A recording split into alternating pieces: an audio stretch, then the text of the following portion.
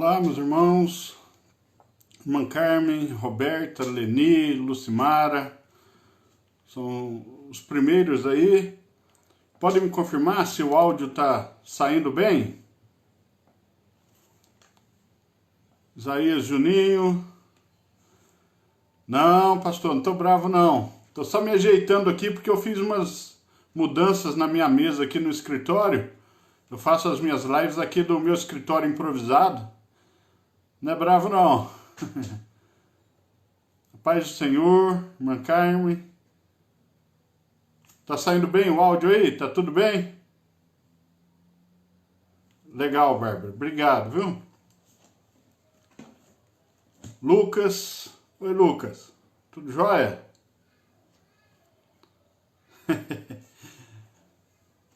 Obrigado, Leni. Obrigado pelo feedback aí. Muito bom. Tô aguardando aí, o pessoal tá chegando. Temos aí a Cris, minha esposa, está aí também. Leni. Muito bom.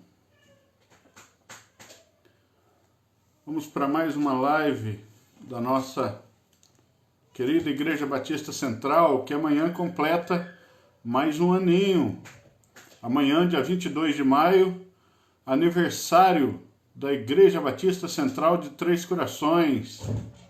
Parabéns para nós. Centraliza aí. Mas olha aqui.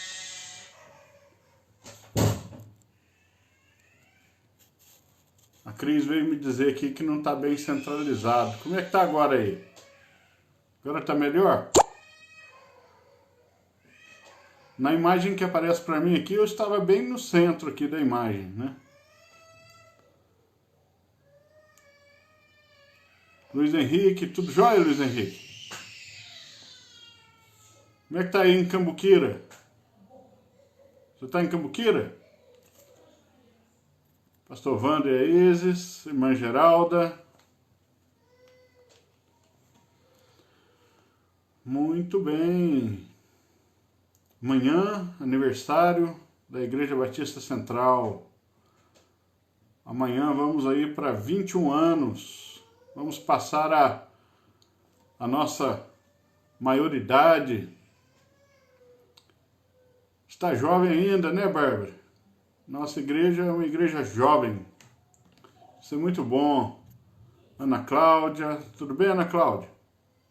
Daniele, Chandrete, Andriélia, Dalmília, Luísa Cantuária, digníssima mãe do Juarez, presidente do motoclube.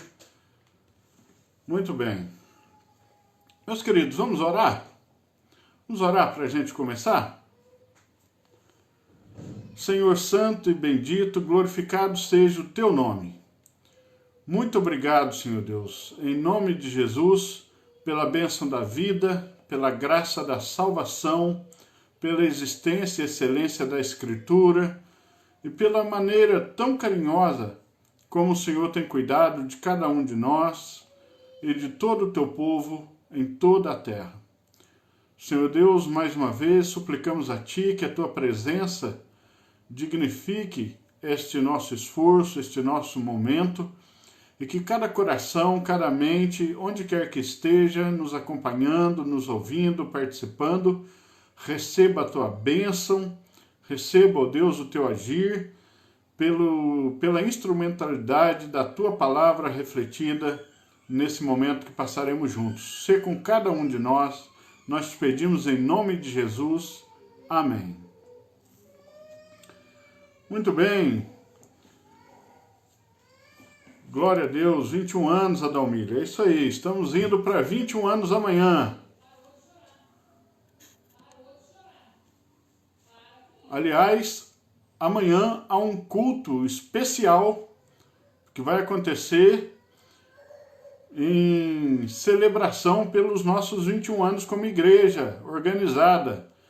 Vai ser pelas lives, né, aqui no Facebook e também no YouTube, e você deve estar atento para não perder este culto em celebração aos nossos 21 anos que acontecerá amanhã à noite, tá bom?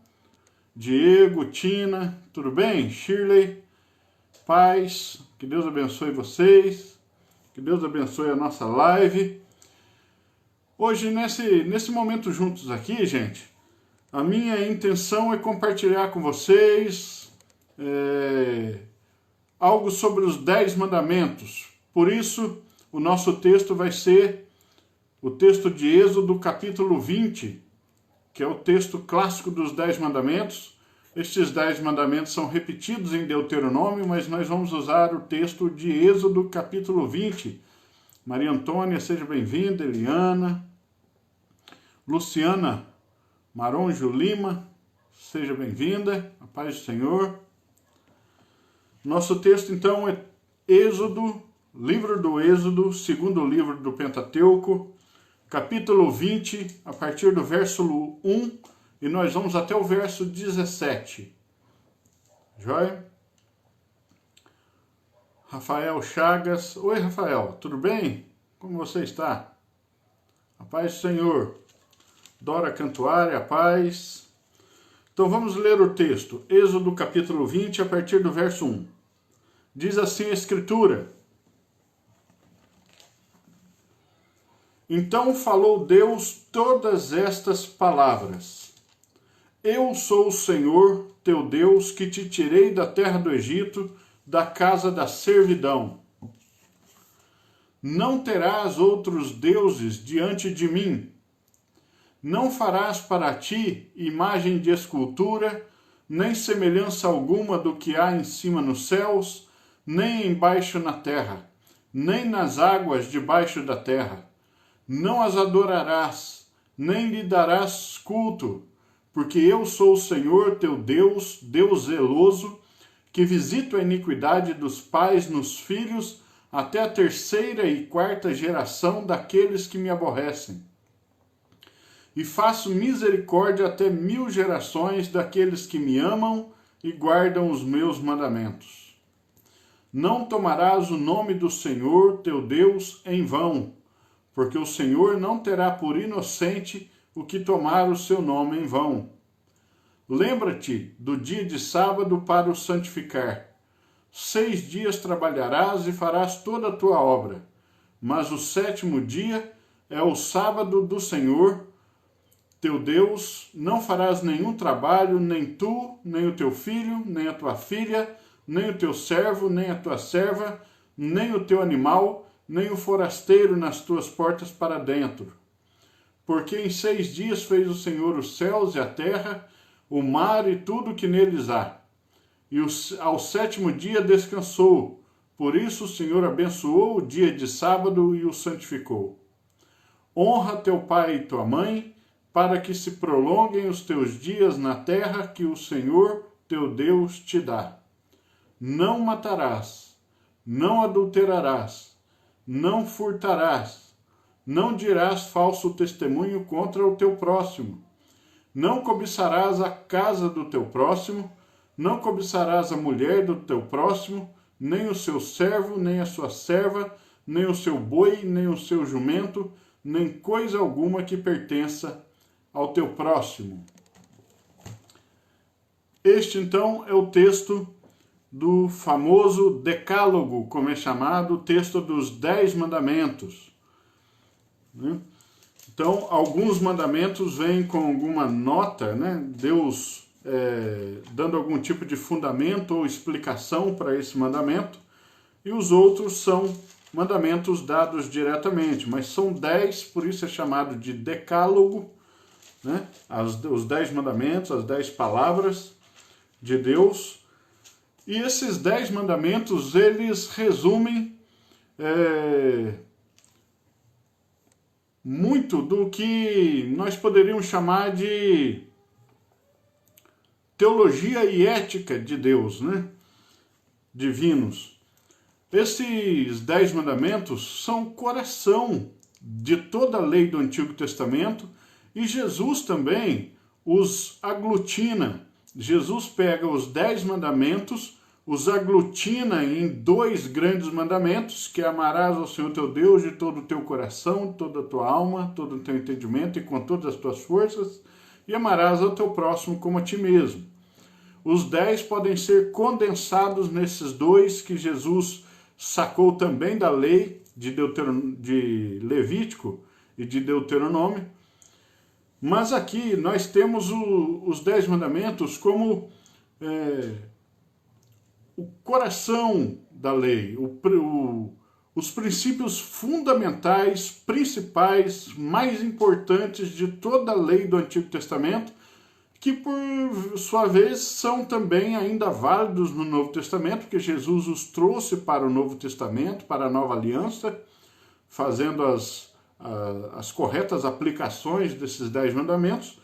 Então, uma pergunta muito comum é se os 10 mandamentos que estão no Antigo Testamento ainda valem para nós, que somos igreja no tempo do Novo Testamento e não mais do Velho.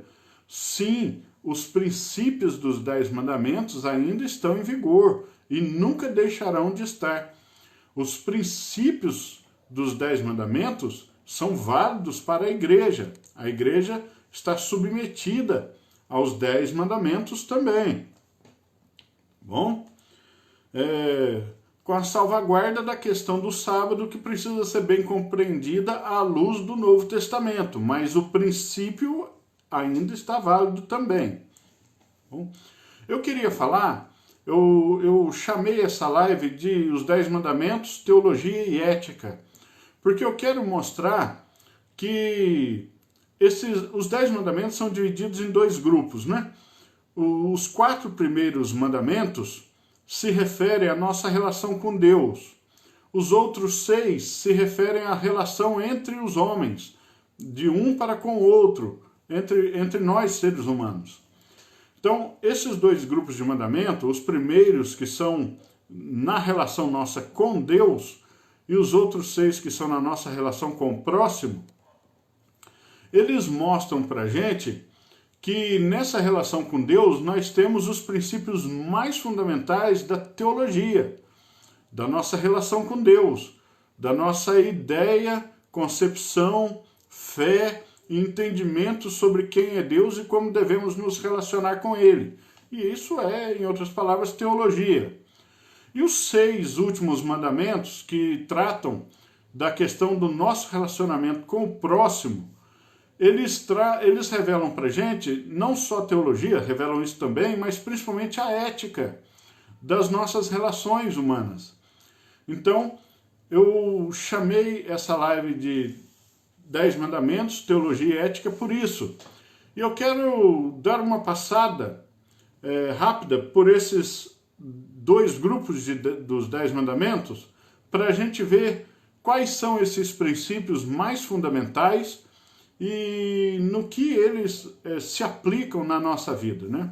Muito rapidamente, sem querer ser muito exaustivo no estudo desses 10 mandamentos.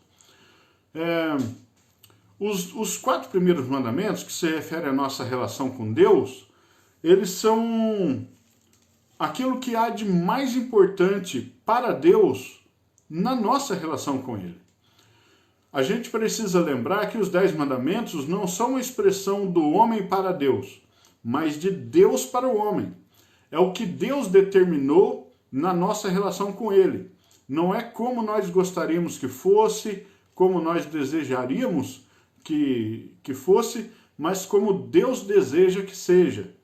Então, os 10 mandamentos são um mandamento da parte de Deus para o homem. É um imperativo de Deus para o homem e nós devemos nos atentar a isso. Então, os 10 primeiros, como é de Deus para nós, revelam aquilo que Deus considera mais importante, os princípios mais fundamentais da nossa relação com Ele. O primeiro mandamento, eu sempre faço essa brincadeira quando eu estou dando aula ou pregando ou no templo, né, numa reunião presencial, eu gosto de perguntar para as pessoas: quem aqui sabe os 10 mandamentos de cor? Normalmente, no meio da igreja evangélica, são pouquíssimos os que sabem os 10 mandamentos de cor. Isso é uma tristeza, tá bom? Nós deveríamos saber muito mais do que os católicos. Mas é um hábito dos católicos decorar os 10 mandamentos mais comum do que é hábito no nosso meio. Mas é muito importante que nós também saibamos os 10 mandamentos de cor, porque são os mandamentos mais elementares da nossa fé. Mas muita gente nas nossas igrejas que são oriundos da igreja católica, é a maior parte, né, dos evangélicos acabaram sendo influenciados pelo catolicismo de algum modo. Áudio está tendo eco. Mais alguém está tendo eco no áudio? Ou é só lá na Raíra, né? Depois vocês me falem aí. Então,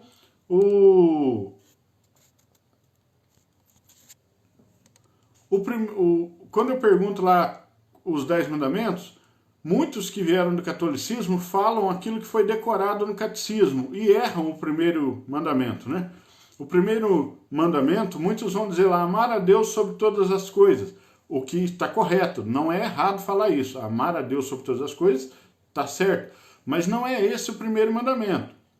O primeiro mandamento é, não terás outros deuses diante de mim. Não terás outros deuses diante de mim é o primeiro mandamento dos 10.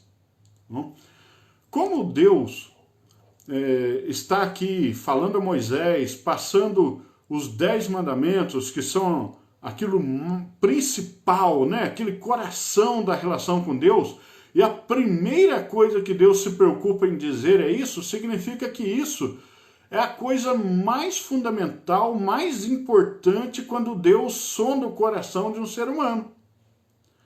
Qual é a coisa mais importante que Deus olha no coração humano quando vai sondar um coração, né? Deus sabe todas as coisas. Quando Deus esquadrinha o coração humano, qual é a coisa mais importante para Deus? A coisa mais importante para Deus é este primeiro mandamento. Se essa pessoa não divide a adoração, se essa pessoa não divide a fé, se essa pessoa não divide a devoção dela entre Deus e outra coisa, ou entre outros deuses, isso para Deus é a coisa mais fundamental. A coisa mais fundamental é se nós não servimos a dois senhores. Porque a primeira coisa que Deus se preocupou em dizer foi essa: não tenha outro Deus. Eu sou o único Deus. Não terás outros deuses diante de mim. Essa palavra diante de mim, né, pode ser entendida como junto comigo. Não tem outros deuses ao mesmo tempo que você quer me ter. Não tem outros deuses em oposição a mim ou além de mim. Deus não admite fé nem adoração compartilhada. Nunca. Tá bom? Deus não admite. É um mandamento de exclusividade. A primeira coisa que Deus se preocupou foi em dar um mandamento de exclusividade no que se refere à fé e adoração. A nossa fé, a nossa adoração, o nosso coração nesse sentido, só pode ter um Deus, que é o único Deus verdadeiro, que é o Deus de Abraão, Isaac e Jacó, o Deus de Israel, o Deus que é o Pai de nosso Senhor Jesus Cristo, o Deus da Bíblia. Quando Deus sonda o coração de alguém e vê qualquer espécie de compartilhamento de fé, de adoração, de devoção, Deus imediatamente vê o primeiro mandamento quebrado. O primeiro mandamento foi quebrado. Quebrou justamente o primeiro, o maior dos mandamentos. Né? Então, toda a nossa teologia, eu vou usar a palavra teologia para me referir não só ao estudo acadêmico, mas à nossa concepção de Deus, a nossa relação com Deus. Toda a nossa relação com Deus, a nossa teologia, precisa estar calcada numa fé monoteísta, numa fé que acredita em um só Deus, mas numa fé também monopraxista nesse sentido. Essa palavra nem sei se existe. Ou seja, a nossa prática de fé, A nossa disposição do coração só pode enxergar Deus quando o assunto é fé, devoção e adoração. Jesus falou isso com outras palavras quando disse: não terás outros deuses diante de mim. O segundo mandamento, que Deus julga muito importante, é uma consequência direta do primeiro, né? Não farás para ti imagem de escultura, nem semelhança alguma do que há em cima no céu, nem embaixo na terra, nem nas águas debaixo da terra. Não as adorarás, nem lhes darás culto, porque eu sou o Senhor teu Deus, Deus zeloso. Então, o segundo mandamento é: não farás para ti imagem de escultura, nem lhes adorarás, nem lhe darás culto. Por que Deus se preocupa em falar isso? Ele já acabou de dizer que a gente não pode ter outro Deus além dele. Então agora, o primeiro mandamento então se refere à reverência da exclusividade de Deus. A nossa reverência ao fato de que Deus é exclusivo, o Senhor absoluto, o único e exclusivo do nosso coração, da nossa fé, da nossa adoração.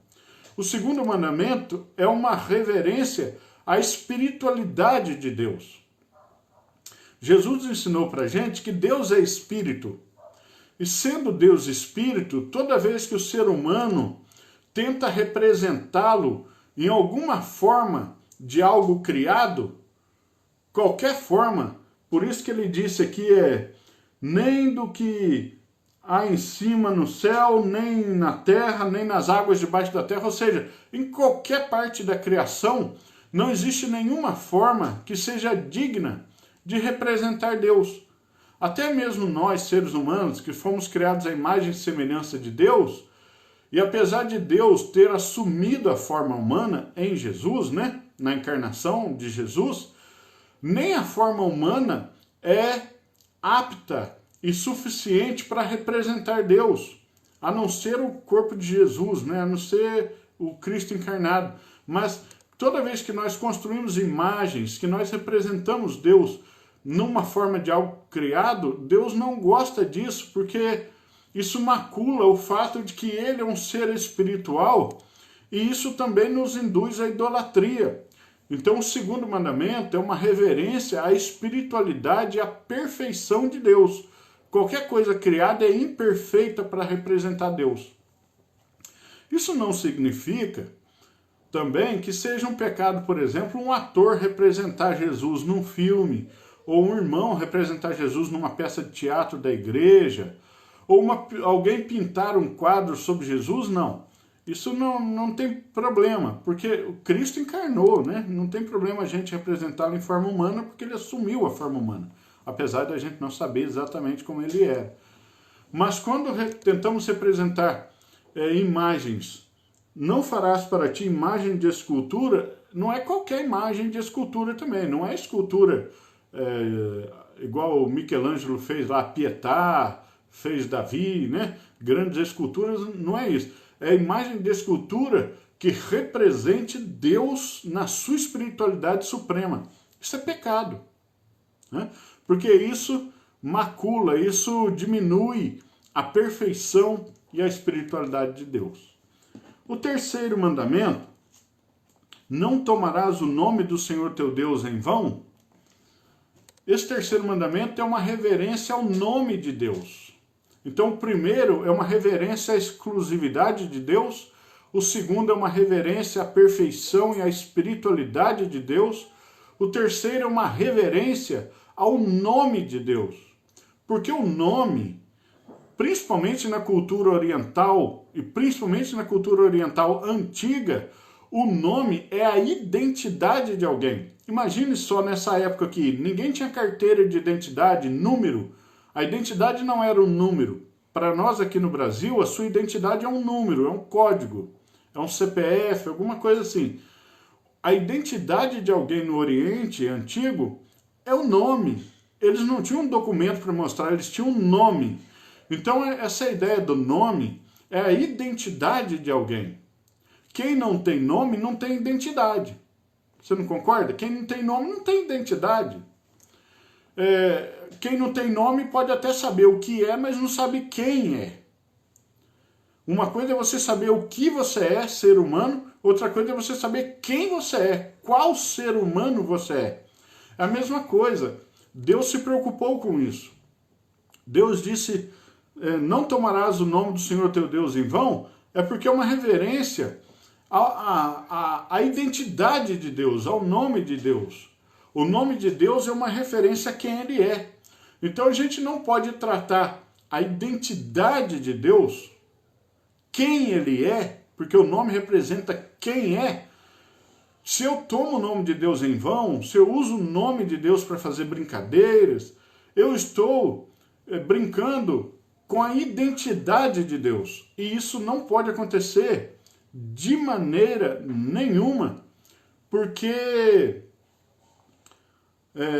se eu começar a fazer brincadeiras, ou se eu começar a tomar o nome de Deus em vão mesmo, né, usar o nome de alguma maneira em vão, eu estou banalizando quem Deus é, a identidade de Deus, dizendo que Deus é um objeto de coisas supérfluas, de coisas fúteis, né? De coisas corriqueiras. E Deus não é isso. Deus é extremamente sério e importante, apesar de Deus ser feliz. Deus não tem nada contra o bom humor. O que Deus tem contra é a leviandade. Deus tem contra a negligência na seriedade dele. Então isso Deus não gosta, né? Diego está dizendo que seria o que lemos em... Eu não entendi essa referência aí. Talvez você tenha querido dizer o quê? Efésios 1:23? Repete aí, Diego, que eu leio, tá? Então o terceiro mandamento é uma reverência ao nome de Deus. O quarto mandamento, lembra-te do dia de sábado para o santificar, é um mandamento de reverência ao dia do Senhor. Essa questão do dia do Senhor é mal compreendida por muitos, né? O sábado representava o tempo santificado, dedicado ao Senhor, que era apropriado para trazer à memória a lembrança de Deus como Criador, porque Ele criou em 6 dias e no 7º descansou, e para trazer à memória a imagem de Deus como provedor de todas as coisas também, porque foi Ele que criou e Ele é o sustentador de todas estas coisas, né? Romanos 1:23, sim, exatamente, Diego. Romanos 1:23 é um relato de que muitas pessoas quebraram esse segundo mandamento, porque estavam confundindo as coisas de Deus com imagens de quadrúpedes, répteis, coisas dessa terra, né? Então, aquilo lá é uma quebra do segundo mandamento, que por sua vez é uma quebra do primeiro, né? Então, essa questão do quarto mandamento, do dia do Senhor, como é que ela se aplica para nós hoje? O mandamento é que devemos lembrar do dia de sábado para o santificar, tá? E a justificativa que Deus está dando aqui é porque Ele em 6 dias criou todas as coisas, no 7º descansou e santificou esse dia, por isso ninguém deveria trabalhar, porque Deus santificou esse dia. Como isso se aplica para nós cristãos hoje? Guardar o sábado, o dia do Senhor, ainda é a questão do 7º dia da semana, o sábado, de que não devemos trabalhar no 7º dia? Não, porque Jesus explicou para a gente que o mandamento do sábado, embora fosse assim no Antigo Testamento, porque nem tudo estava revelado ainda, né? As coisas vieram sendo reveladas até atingir o seu máximo em Jesus. Jesus explicou para a gente que o objetivo principal desse mandamento era apontar para a gente que o sábado é o próprio Jesus e a salvação nele. Jesus é o nosso sábado, Jesus é o nosso descanso. O sábado representa o descanso. E nós só descansamos em Jesus. Quando estamos em Cristo, descansamos. Ele é o nosso descanso. A salvação que Ele nos dá é o nosso descanso. O livro de Hebreus vai dizer isso, né? Jesus falou, por isso não entrarão no meu descanso, porque pecaram contra mim. Ou seja, Aqueles que não estão salvos não entram no descanso de Deus. O descanso de Deus, então, é uma referência à salvação, a estar em Cristo pela fé. Então, como nós cumprimos o quarto mandamento hoje em dia, que é lembrar do dia do Senhor para o santificar? É lembrar de Cristo, que é o nosso descanso, e que devemos estar nele, nos santificando nele. É assim que se cumpre o quarto mandamento, porque Cristo é o nosso sábado, Cristo é o nosso descanso.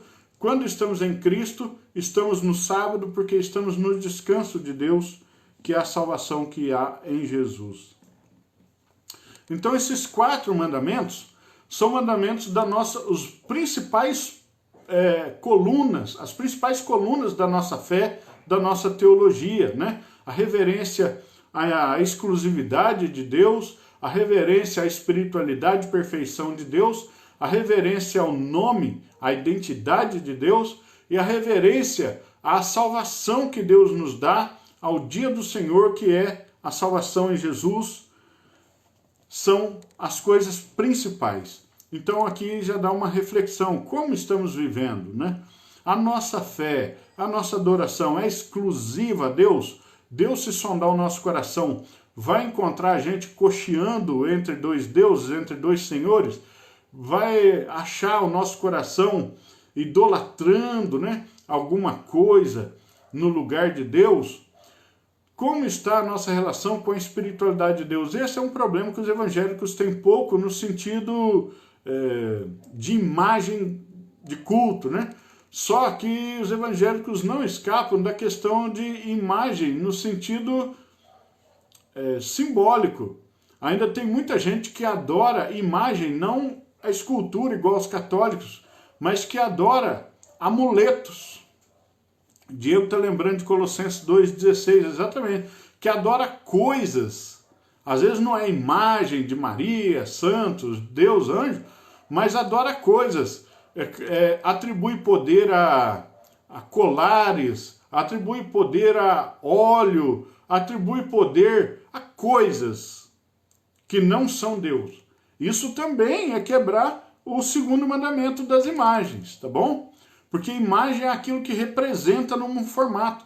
Então, se você acredita que andar com certos tipos de colares vai te proteger, se você acredita que estar com a Bíblia na mão vai te proteger, né? O material, o papel da Bíblia, a Bíblia fisicamente vai te proteger, não é assim que funciona. Isso também é quebrar o 2º mandamento.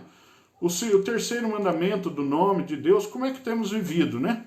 Então, são as bases da nossa teologia. E agora os 6 mandamentos, que são a base da nossa ética.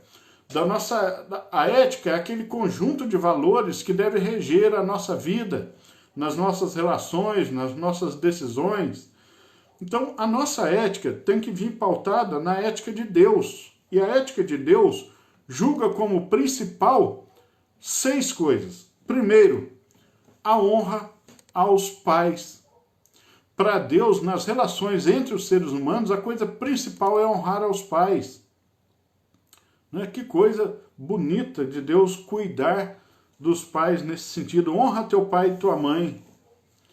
Então, Deus se preocupa, a primeira preocupação de Deus, eu nem entendo isso aqui como uma questão exclusivamente de pai e mãe, mas um jeito de Deus de dizer assim que quando se refere a relações humanas, para Deus a coisa mais importante é a família. É a coisa mais importante a família. E dentro da família, honrar aos pais, não tem jeito de ninguém ficar de fora desse mandamento. Se ele dissesse honrar ao cônjuge, o solteiro ficaria de fora. Se ele dissesse honrar ao irmão, aquela pessoa que é filho único fica de fora. Mas sem pai e sem mãe não existe ninguém. Então é o jeito de Deus colocar todo mundo dentro do mandamento. Honrar ao pai e à mãe pode ser, específico também de pai e mãe, mas a gente pode estender isso como honrar a família. Porque aqui ninguém está de fora. Todo mundo tem pai e mãe. Então, Deus tem uma preocupação enorme com a família e os relacionamentos familiares, especialmente com o cuidado dos mais velhos, né? Do pai, da mãe, daqueles a quem devemos uma honra diferenciada, porque nos geraram e cuidaram de nós quando éramos incapazes de fazer isso por nós mesmos. Então, a preocupação, a ética de Deus tem um olhar muito carinhoso e cuidadoso com a família, com as relações dentro do lar e especialmente com o cuidado dos pais. Depois vem o 6º mandamento: não matarás. Não matarás, então o primeiro é o respeito pelos pais, pela família. O 2º mandamento dos relacionados aos relacionamentos humanos é o respeito à vida. Seria até uma tradução um pouco melhor: não assassinarás. Não assassinarás, não matarás.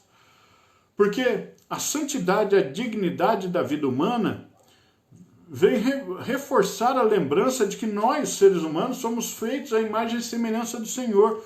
Então a vida de um ser humano é sagrada e tem valor inestimável. Então esse mandamento, não matarás, não é só uma questão também de... eu não sei falar assim o número, não tem gente que sabe aí, 171 é aquele crime lá de passar os outros para trás, de enganar, né, de roubar. Tem o código lá também do assassinato. Não é uma questão só daquele tipo de crime que a pessoa chega lá e mata o outro. Quando a Bíblia diz não matarás, o princípio ético é de que todo ser humano tem dignidade de ser humano. É devido a ele a dignidade de ser humano. Então, o valor dessa vida é inestimável. Aqui é o valor da vida que está em jogo. Então, não é questão do crime. Às vezes a gente não chega a matar alguém fisicamente, mas está no coração vendo essa pessoa como lixo, vendo aquela pessoa como alguém que não deveria estar vivo, como alguém que não merece dignidade humana. Eu sei que tem gente que às vezes fazem coisas que a gente chega realmente a ter essa sensação de que eles não são dignos, né, da dignidade humana. Eles não são alvos da dignidade humana.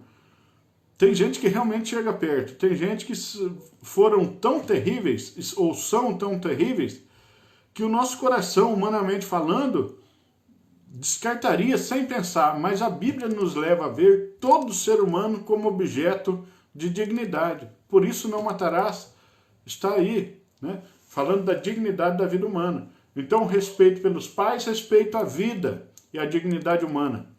Terceiro dos mandamentos das relações humanas, né? Ou 7º, se você quiser, né? Na lista geral, é o mandamento não adulterarás.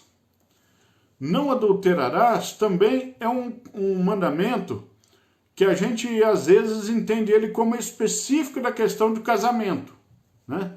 Não adulterarás é não trair o marido, não trair a esposa, não trair a noiva, a namorada, ou assim. Mas eu entendo que o princípio ético do não adulterarás vai um pouco mais longe também do que a questão do casamento, do relacionamento amoroso. Não adulterarás é o respeito aos compromissos assumidos. Respeito aos compromissos assumidos. Respeito aos votos. Quando a Bíblia diz, né, não adulterarás, é uma referência principal a essa sacralidade do matrimônio. Sim, porque o matrimônio é o mais sublime dos compromissos assumidos depois da fé em Deus. Entre os seres humanos, o maior nível de compromisso assumido é o matrimônio, é o casamento. Mas isso deve ser estendido, o mesmo princípio, a todo compromisso assumido, né? Quando eu empenho a minha palavra, quando eu assumo um compromisso, quando eu digo não, pode confiar, eu farei assim, eu devo fazer assim. Quando eu digo esta é a minha palavra, eu estou dando a minha palavra, isso deve ser levado em conta. Jesus ensinou no Novo Testamento que a nossa palavra deve ser sim é sim, não é não. Pessoas de palavras, pessoas que assumem compromisso e honram os compromissos assumidos. Se eu disse que pagaria, pagaria. Se eu assinei tal contrato, eu vou cumprir o contrato. Se eu assumi, às vezes não é um contrato de papel passado, mas é um compromisso assumido. Você, por exemplo, Se você é membro de uma igreja evangélica, se você é membro da Igreja Batista Central de Três Corações, ao se tornar membro, você assumiu um compromisso. Você empenhou a sua palavra. Porque você, ao pedir para ser membro, e a igreja, quando aceitou como membro, mesmo que você não tenha assinado um papel, não tenha dito isso, você assumiu o compromisso de ser fiel a Deus, de ser fiel àquele grupo de ovelhas, né? aquele aprisco do Senhor, a Igreja Batista. Você assumiu um compromisso de ser fiel aos seus pastores, de ser fiel na ajuda do sustento financeiro da obra de Deus, de ser dizimista fiel. Você assumiu o compromisso de ajudar a sustentar as programações da igreja com a sua presença. Tudo isso é compromisso assumido. E nós respeitamos os nossos compromissos assumidos? Isso é não adulterará, porque quando traímos um compromisso, adulteramos. Adulterar não é só no casamento. Quando você está fazendo prova, por exemplo, uma prova de um concurso, e está lá, ó, não rasure, provas rasuradas não serão aceitas. Por que não pode ser aceita uma prova rasurada, um documento rasurado, né, no cartório? Porque aquele documento está adulterado. É como a gente diz. Está maculado, está adulterado. Adulterar é trapacear. Adulterar é mexer no contrato, é rasurar o contrato. Então, quando a Bíblia diz não adulterarás, não é só no casamento, é não faltar com a palavra, não rasurar os compromissos que nós assumimos durante a vida. Não furtarás. O mandamento de não furtarás. Então, olha, nós já tivemos aqui nos relacionamentos humanos o respeito aos pais, respeito à vida e respeito aos compromissos assumidos. E agora a gente vê o respeito à propriedade, respeito à propriedade privada, respeito aos bens do irmão. Sim, Deus respeita e quer que cada um tenha direito à sua propriedade privada. Isso está na Bíblia. Não furtará significa isso. Cada um, quando é dono legítimo de algo, é digno daquilo e ninguém tem que pegar, não. É o direito, respeito à propriedade. A apropriação desonesta de qualquer bem ou serviço é um atentado não só contra a pessoa que foi lesada, mas contra Deus também. Contra a própria estabilidade social da comunidade, né? Se todo mundo começar a roubar e pegar o que não é seu, a sociedade se desfaz. É uma afronta ao Senhor, porque é uma expressão de falta de fé na ação provedora de Deus. É falta de fé de que Deus vai prover. E é falta de confiança no julgamento de Deus. Porque a gente acaba, quando furta, achando que Deus não vai julgar isso, e vai. Então, esse é o mandamento do respeito à propriedade, né? Toda apropriação desonesta é pecado. E quando eu digo apropriação desonesta, não é só questão de dinheiro público, porque é sempre a primeira coisa que vem na cabeça da gente, é aqueles que roubam dinheiro público, que tem uma apropriação indébita, apropriação desonesta, ou vem na nossa cabeça a questão do roubo, né? do latrocínio, ou do furto. Alguém que entra na sua casa e rouba. Mas não. Às vezes, pegar aquele livro do irmão emprestado e não devolver é uma apropriação desonesta. Aquele tapoerzinho que foi com alguma coisa para sua casa e não voltou, pode ser uma apropriação desonesta. O profeta Abacuque, por exemplo, ele diz lá no livro dele o seguinte: ai daquele que ajunta para si o que não é seu. Então, se você tem alguma coisa na sua casa que não é seu e você esqueceu mesmo, ou às vezes só esqueceu de devolver, devolva logo, porque apropriar-se do que não é seu desonestamente é quebrar o mandamento de não furtarás, tá bom? A Bárbara está dizendo desonestidade. Sim, de certa forma, toda desonestidade é um tipo de furto. Às vezes não físico, né? Mas de certa maneira, sentido geral é. E o o penúltimo mandamento aí, não dirás falso testemunho contra o teu próximo. Quando diz, já vimos respeito aos pais, respeito à vida, respeito aos compromissos assumidos, respeito à propriedade, e agora vemos respeito à verdade, porque Deus se preocupa muito com a verdade. Não dirás falso testemunho, não minta sobre alguém, não minta para alguém, não minta sobre algo. Diego, a avareza como idolatria? Sim, sim. Né? Porque todos os 9 mandamentos são um desdobramento do primeiro. Quem furta acaba idolatrando mais o dinheiro ou os bens dessa terra do que a Deus. Quem mata acaba se achando Deus, porque acha que tem o direito de decidir quem morre ou não, né? Então acaba sendo uma quebra do primeiro mandamento. Você vai ver que toda quebra de um dos 9 mandamentos é também uma quebra do primeiro, tá? Todos os 9 estão pendurados no primeiro mandamento, que é o grande mandamento. Então não dirás falso testemunho, é porque a gente não pode faltar com a verdade. Não podemos torcer o direito, né? Manipular o direito e a justiça, porque isso acende a ira do Senhor. Isso acende a ira do Senhor, tá? A sociedade é lesada pela mentira e pela falsidade já demais. E nós crentes devemos ser baluartes da verdade. Não só da verdade bíblica, teológica, mas da verdade em todos os sentidos. Crentes são gente de palavra, crente é gente que diz a verdade, crente é gente que abomina a mentira. Bom? Então respeita a verdade. E o último mandamento, não cobiçarás a casa, esse também a Igreja Católica reduziu só a mulher do próximo, né? Não cobiçarás a mulher do próximo, e esse virou 9º mandamento lá.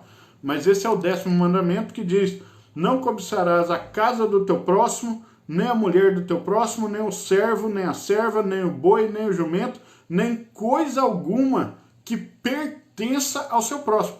Claro que pertença porque Deus já falou da propriedade, né? Não furtarás. Não que a mulher do próximo seja propriedade, embora nessa época aqui a mulher ainda era vista como quase como propriedade, não dentro da lei. A lei não via a mulher como propriedade, mas via o marido como senhor da esposa, né? Senhor com S minúsculo, tá? Senhor como, assim, a cabeça da mulher, a autoridade, assim como o Novo Testamento também. Então colocou a mulher na lista aqui. Então, esse último mandamento é o mandamento do respeito ao outro. Eu tenho que respeitar o outro. Isso é dele. Eu não devo cobiçar, isso é dele. Este é o mandamento que resume todos os outros. Dos 6 mandamentos das relações humanas, todos os 5 ficam resumidos nesse, né?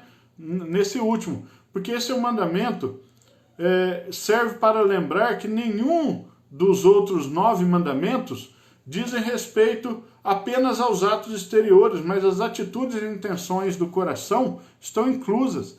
A inveja e a ganância são venenos perigosos, por isso não cobiçar o que é do outro. A inveja, a cobiça, querer ter, ser ou fazer o que o outro tem, ou faz, é inveja.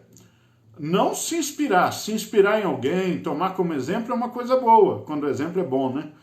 Mas querer ter, ser ou fazer o que o outro é, tem gente que não pode ver o vizinho trocar de carro, porque ele faz uma dívida que não pode para trocar de carro também. Se vê a colega comprou um tênis novo, uma roupa de ginástica nova lá na academia, ela se endivida, compra em 48 vezes, mas compra também. E, gente, vamos parar com isso, né? Crente não é assim, que crente não cobiça o que é do outro. Crente vive até onde Deus lhe permite, Deus tem dado, com toda alegria, dando graças em todas as coisas. Então, olha só como é a ética de Deus nas relações humanas. É uma ética que respeita os pais, a família, que respeita a vida, que respeita os pais, respeita a vida, respeita os compromissos assumidos, que respeita a propriedade, respeita a verdade, respeita o outro. Essa é a ética cristã. Essa é a ética bíblica, tá bom? Então nós temos aí os princípios fundamentais da nossa teologia e da nossa ética. E isso deve valer em todas as ocasiões da nossa vida. Tá bom, meus irmãos? Eu espero que você reflita muito nisso que foi falado, sobre essa nova maneira, talvez, para você de olhar os 10 mandamentos. Eles estão válidos para nós. Se você não conseguiu pegar tudo que eu falei aí, essa live fica gravada lá na página da igreja no Facebook. Depois você pode entrar lá, ver com calma. Mas é muito importante a gente se atentar a isso, tá? São coisas muito importantes, princípios fundamentais para a nossa vida. E aí, o que você achou? Quero ler aí alguns comentários agora, né? O Diego já participou bastante, é bom participar. E você? Você já tinha percebido que o primeiro mandamento não é amar a Deus sobre todas as coisas, mas não ter outros deuses diante de mim, diz o Senhor? A Letícia está dizendo aqui, ó, pastor, às vezes vemos os 9 mandamentos somente para não mentir, mas já ouvi uma abordagem que ele também, aliás, vemos o 9º mandamento, ela quer dizer. Às vezes vemos o 9º mandamento somente para não mentir, mas já ouvi uma abordagem que ele também engloba fofoca e maledicências. Sim, por extensão do sentido, sim.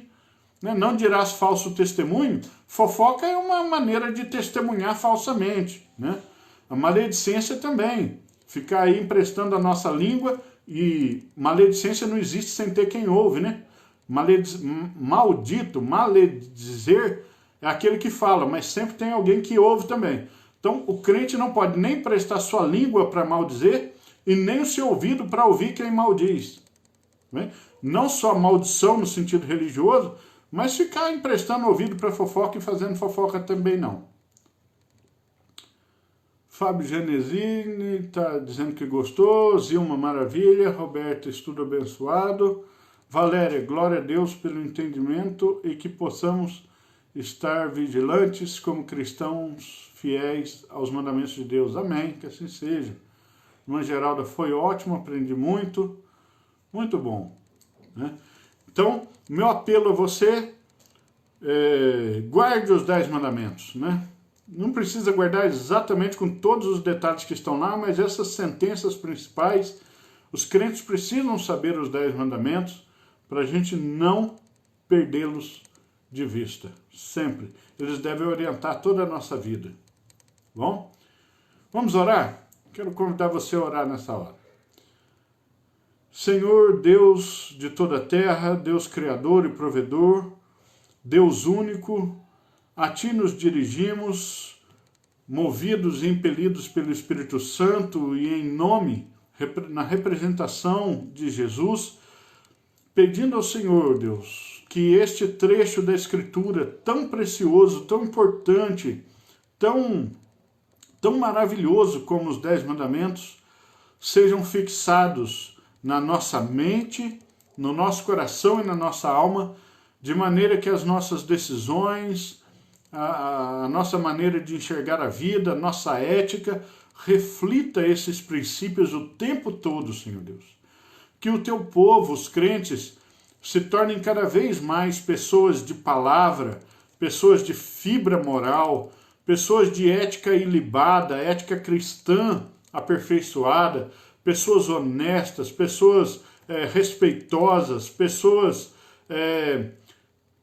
cidadãos, ó Pai, de primeira qualidade, gente que todas as pessoas gostariam de ter como vizinho, como amigo, como funcionário, como patrão, devido à nossa ética, ao nosso respeito e à nossa teologia.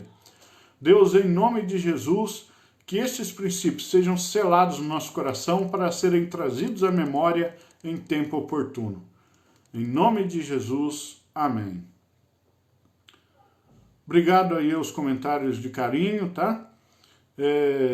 A Andréia dos Santos diz, queria que estivessem orando por mim e para Dona Carmen. Amém. Vamos orar pela Carmen e por você, Andréia.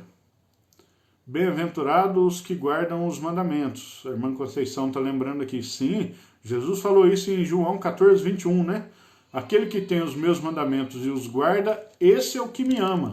E o que me ama será amado por meu Pai, e eu virei e me manifestarei a ele. Então, quer ver a manifestação de Deus? Guarde os mandamentos. Muito edificante, diz a Maria Antônia. Obrigado, gente. E que Deus abençoe vocês. Toda honra, toda glória seja dada ao Senhor que nos brindou com essa santa palavra. E que você tenha um restante de noite abençoado. Não esqueça que amanhã temos o culto. Eu acredito que é às 19 horas. Não lembro se é às 19 ou 19h30, mas eu acho que é às 19 horas. O culto aí pela live, tanto no Facebook quanto no YouTube. A live de culto de celebração pelos 21 anos da nossa querida Igreja Batista Central, essa igreja tão abençoada, tão abençoadora, 21 anos, é uma honra ser membro da Igreja Batista Central e amanhã celebramos 21 anos, tá bom? Não perca isso. E sábado, às 15 horas, temos o nosso segundo encontro do Entendes Tu o que lês, tá bom? Aguardo você lá. Que Deus te abençoe, em nome de Jesus. Minha mãe disse aí, amém, amém. Muito obrigado, mamãe. Que Deus te abençoe em nome de Jesus. Fique com Deus.